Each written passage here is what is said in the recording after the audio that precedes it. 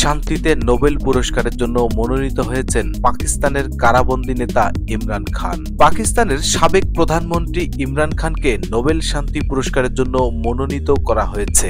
মানবাধিকার ও গণতন্ত্র প্রতিষ্ঠায় তার অবদানের স্বীকৃতি হিসেবে এই মনোনয়ন দেওয়া হয়েছে। নরওয়েজিয়ার রাজনৈতিক দল পার্টিয়েট সেন্ট্রাম এবং পাকিস্তান ওয়ার্ল্ড অ্যালায়েন্স এক ঘোষণায় এ তথ্য জানায়। তারা উল্লেখ করে পাকিস্তানে মানবাধিকার ও গণতন্ত্র প্রতিষ্ঠায় ইমরান খানের ভূমিকা গুরুত্বপূর্ণ, তাই তাকে এই মর্যাদাপূর্ণ পুরস্কারের জন্য মনোনীত করা হয়েছে। অবশ্য এর আগেও 2019 সালে দক্ষিণ এশিয়ায় শান্তি প্রতিষ্ঠার প্রচেষ্টার জন্য তিনি নোবেল শান্তি পুরস্কারের জন্য মনোনীত হয়েছিলেন। প্রতি বছর নোবেল কমিটি অসংখ্য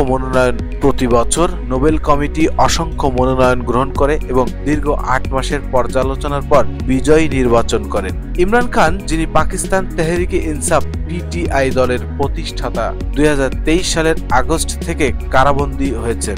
চলতি জানুয়ারিতে দুর্নীতি ও ক্ষমতার অপব্যবহারের অভিযোগে তাকে 14 বছরের কারাদণ্ড দেওয়া হয়। তবে রাষ্ট্রীয় উপহার বিক্রি, গোপন তথ্য ফাঁস এবং বেআইনি বিবাহ সংক্রান্ত কয়েকটি মামলায় আদালত তার বিরুদ্ধে সাজা দেয়া বাতিল বা স্থগিত করেছে।